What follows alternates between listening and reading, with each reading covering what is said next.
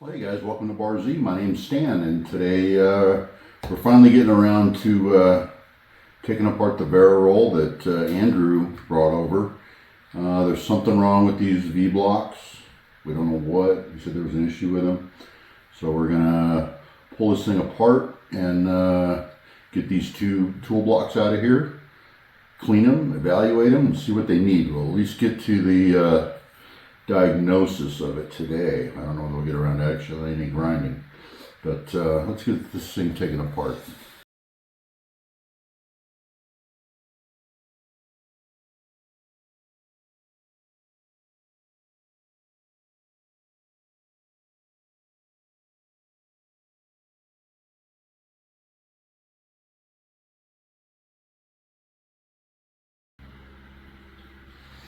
Well, we've got left this rod, and there's no set screws or anything in it, and I checked all those. And the lock screw right here, it came off, or the lock nut, and but the rod is being stubborn. This is the rod that goes out that holds a tension spring for the variable tension on this thing. I'm going to try to get this rod out. I don't want to do it hot. I don't want to put any heat into it. But it looks badly rusted. I'm gonna try to check this up in the lathe and see what I can do with that. All right.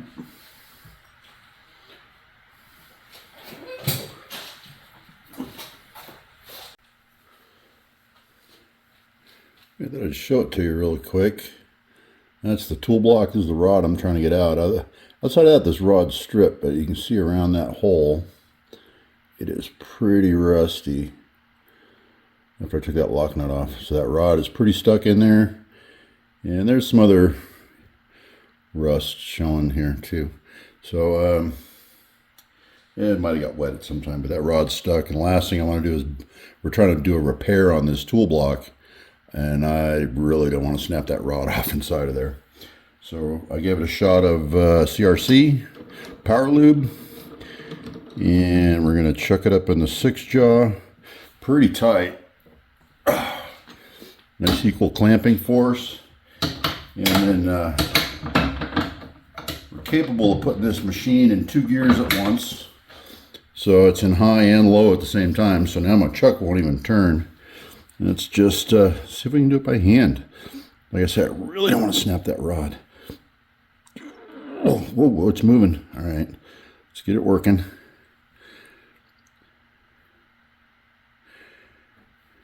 A little of that lube gets in there. Okay, yeah, feels pretty good. Oh, there's a tight spot. A lot of times, if you get it moving, you pretty much won. What I'm going to do is I'm going to spray that rod, then take it in where it's easy. Let some of that oil migrate down in the hole. Hopefully work its way into that.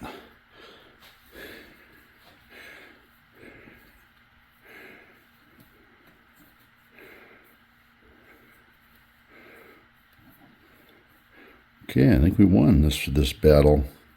We haven't won the war, but we have won this battle. Looks like a fine thread, 5/16.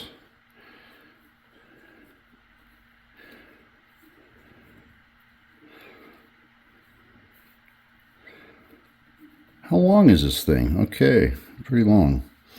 All right, well, we got the rod out. Save the rod, and there you can see the rust around that thing, how it had gotten down in there. So that rod was pretty seized in there. Okay, that's the tool block. See why I wanted to save it. I really wouldn't want to have to remake this thing. It's got a ball bearing way, a flat way. That's the top slide there. That's the top of the tool, and those are the sides that run in the machine. That groove, I think, runs the indicator. So, I mean, there's a lot to this tool block. Having to remake that would be a mother. I wouldn't want to have to mess with it. So, save the rod, spoil the child. Isn't that what they used to say? But my rod's still in good shape. A little rusty on the end. We'll get that cleaned up. Not a problem. All right, let's head back to the bench. Okay, well here's the broken down unit, all taken apart. You can see in there there's two little brass strips with some ball bearings in there that just rolled out. Those are going to be fun to put back in, but you know what? I know where the balls are.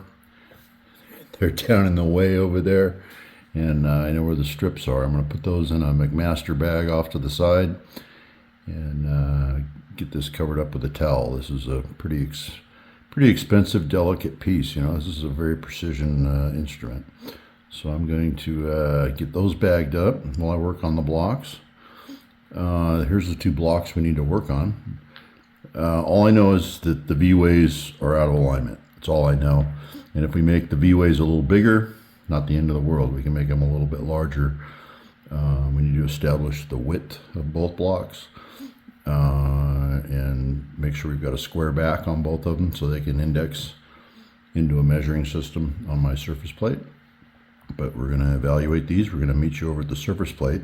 I'm going to get all this stuff bagged up and stowed temporarily so I don't lose a single piece.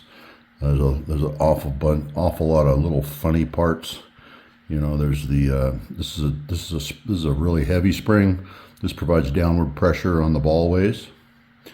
This is a very light spring that provides back tension on the little slider there, and that has to push on this indicator. Super nice indicator. It's actually made by Federal for Vari Roll. So it's a big clock face, but you can see it's half a revolution is only 5,000, so it is a tenths reading gauge. So super nice gauge, and we're going to see if we can get all this cleaned up. What we need to do first is, we already know these are hard from the last one I worked on. They get these about 58 Rockwell. So they probably, I don't know whether they made them out of chromoly or made them out of 01, but we're going to take them over and clean them and put them on the surface plate with some 20 micron lapping film and just clean all sides. If there's any little dings or anything that sticks up, we want to clean it. We want to make sure we get a good measure on this thing right out of the gate. And you can see where this thing's been used. Probably, well, maybe we get you a little closer. See the circular scoring marks around those V-grooves? That's where they lay a gear.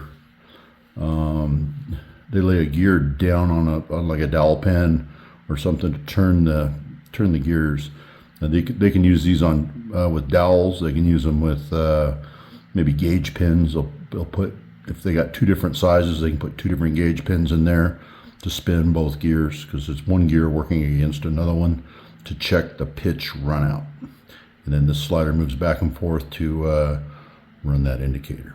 That's the nature of this beast. Anyways, let's go over to the sink, get these cleaned up and dried off, get the oil off of them. Everything's oily, which is not a bad thing. And then that way we can get to measuring. I don't really get to any grinding today. At least we'll get these things evaluated, get the stuff stowed, and ready to work on. All right, well, this is something I hardly ever cover. When I say I'm going to go over to the sink and clean something up, this is what I'm doing. And this is all my abrasives and stuff here. And I like to, I use I've got a standards plate that I keep calibrated. Every year I take this in, and it only takes me about 10 minutes to calibrate the top of this thing. It's nothing, and it doesn't weigh much, and I can get it into standards pretty easy. And what I keep, this is lapping film. This is a 30 micron and a 20 micron film right here. So these are very, they're self-adhesive. They're just peel and stick. You just stick them down to the plate, make sure everything's clean, and drop it on there.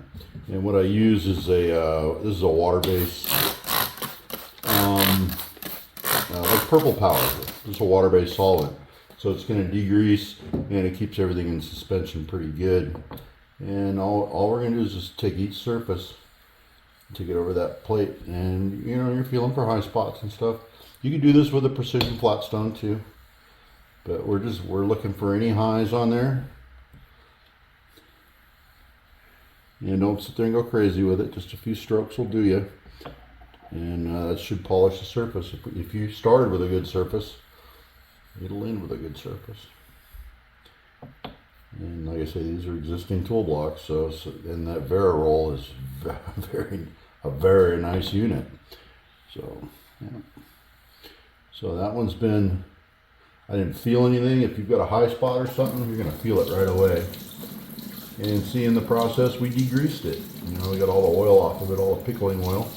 So we blow that dry, compressed air, wipe it down with a Kim wipe, and we're ready to measure.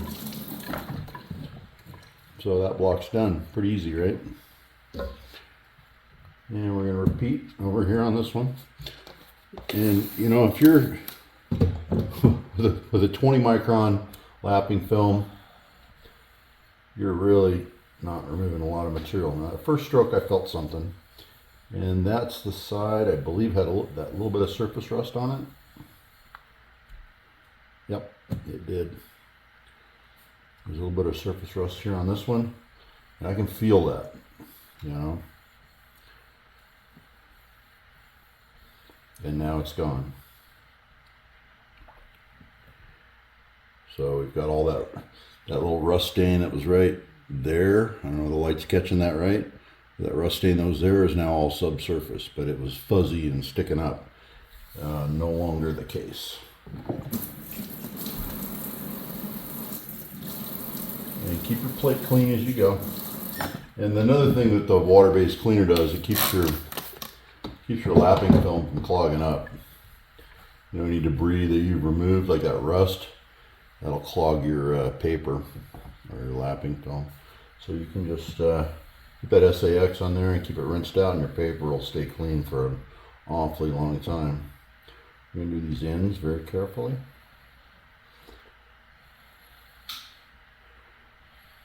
You can knock something out of squareness pretty easy this way.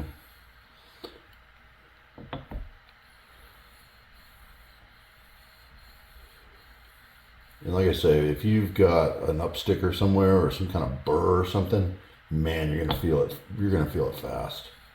You're gonna develop a feel for this really quickly. What I'm not gonna do is I'm not going down into that V groove and clean that V groove. I want to measure them just the way they lay. Try to figure out what's going on here.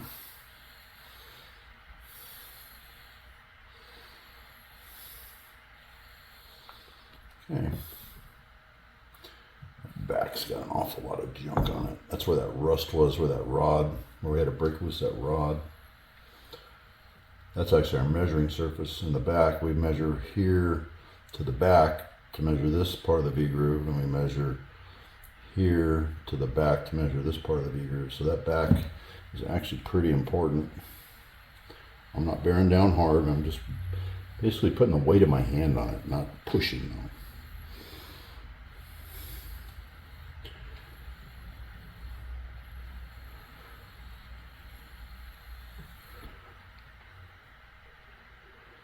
There's still some staining there. See the rust stain there? There's still that ring around where that rod was. But it feels nice and flat now.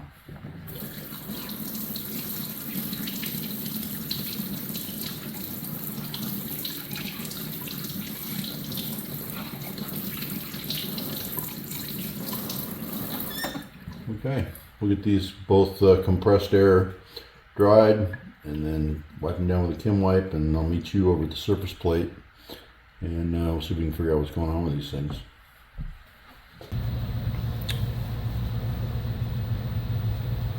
Okay, well, we got them cleaned up in my standards. You know, when I say I clean something up, what I just did is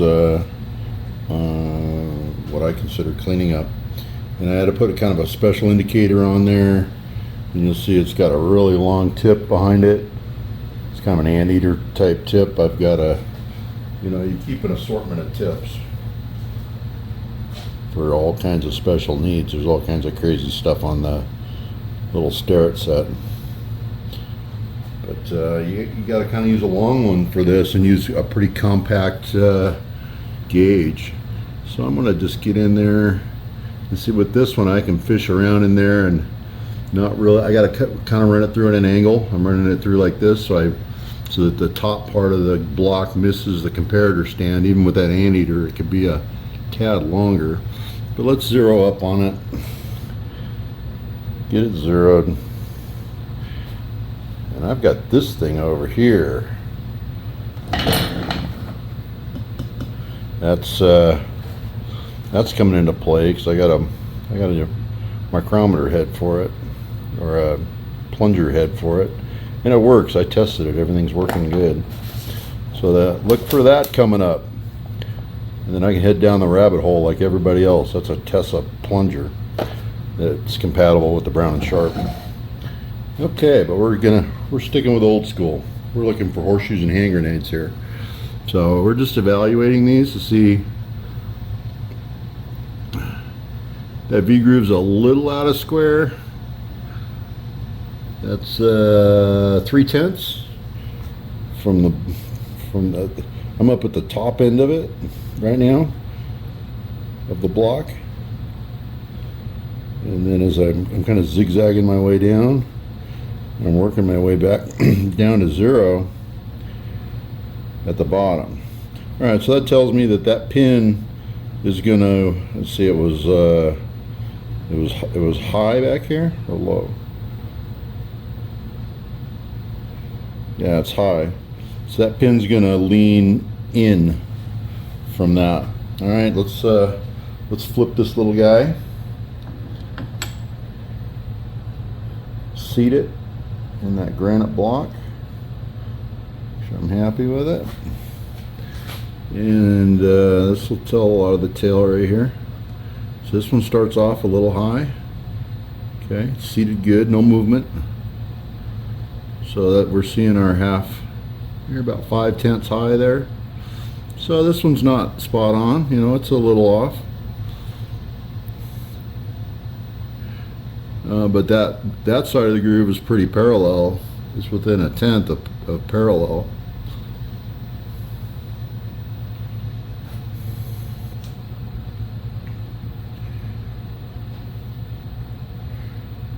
Okay. So this one could use a touch-up. It ain't gonna take much, you know. Just kiss it and clean it up. But I don't see that's enough to be making a whole bunch of errors in the machine. You know, I'm probably that would accentuate it. So it would accelerate both sides of that V groove being off. That would accelerate the measurement by 1.414. Let's see what this big guy looks like. Ooh, this one's gonna be fun. All right, let me get set up on that. I'll bring you back. Okay, well, I turned the beam over towards you guys a little bit to help you see a little better. And we're gonna seat our block in the V groove here again. Feels good. And we'll check one side. Zero it up on that.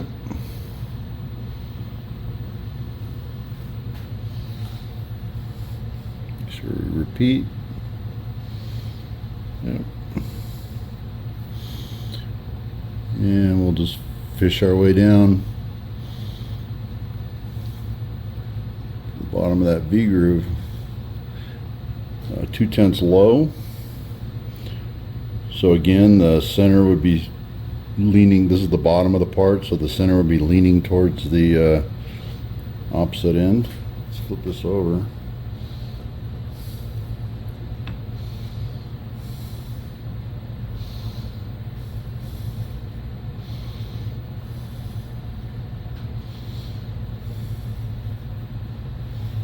Alright, feels good. Let's see where we end up here. Not touching the gauge or the adjustment. Want to make sure we're centered. And 2/10 low from the other center.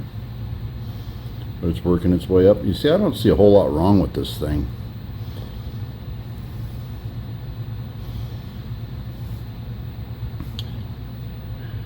I mean, I'll give them a cleanup, but I don't see a whole bunch of error. Maybe it's time to call Andrew. This is Andrew's contraption, and see if he can give me some kind of idea how far out this thing was, because I'm not seeing a whole lot.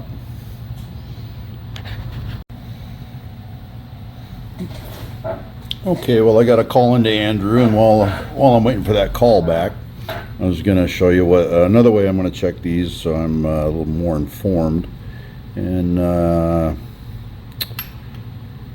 what we've got is this block and this block are different widths, but we're still working off a center. And I've already determined that it's 18 thousandths, 18.3. So it's 18 thousandths and 3 tenths of a thousandth higher. So let me show you the way we're going to check it now. We're going to check it right off the V-groove. Let me get this out of the way. Let's see, we're going to do the short one first. We'll zero up on the short one.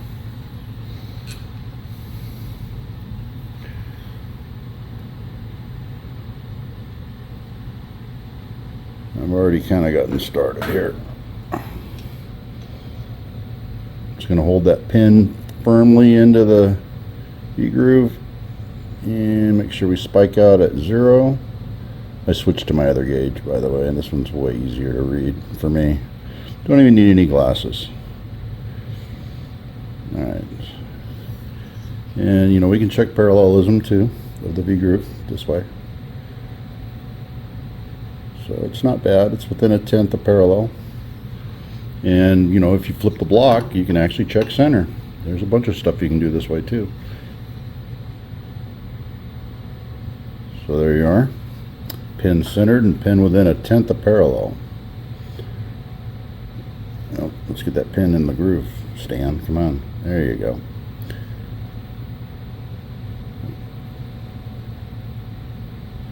Okay.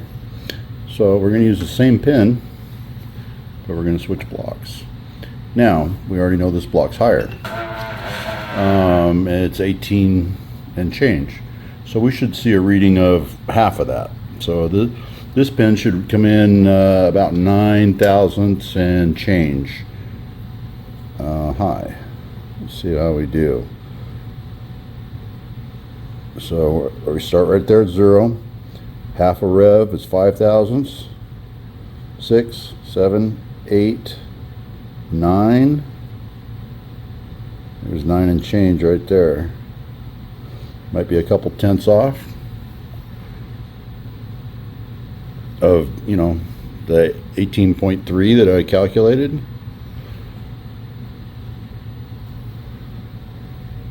In the V groove. 5, 6, 7, 8, 9, and 3 tenths. So pretty darn close. Flip. And what I'm going to tell Andrew is I can certainly touch it up. 5, 6, 7, 8, 9. Same thing. I can certainly touch it up, but he's not going to see a drastic improvement. I want to get an idea from him. He made it sound like it was just way out of whack. 5, 6, 7, 8, 9. That's okay, so it's a little low on that one. Yeah, she's coming up shy. So we're seeing a little bit out of parallel, and that would cause a slight error, not a bunch. 3 or 4 tenths total. Don't see a bunch there. I think I'll end this video here while I wait for Andrew's callback. There is another phenomenon I need to evaluate.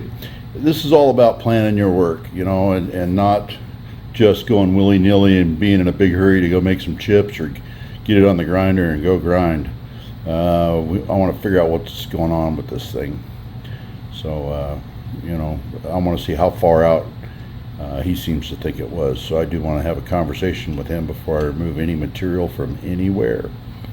All right, so I think we'll end this video here. We've broken down the Vari Roll. I revealed how, when I say go clean something up, what that means, and showed you my methods for measuring it and evaluating it. But don't get in a hurry to do your work. Always give it a good thought and figure out what's going on before you start removing material that you cannot put back on. I've become very successful at removing material. I have not been able to reinstall it. All right, you guys, appreciate you watching, and we'll catch you on the next one. We'll do part 2 where we're actually grinding these things, and after you talk to Andrew and figure out what's going on with it.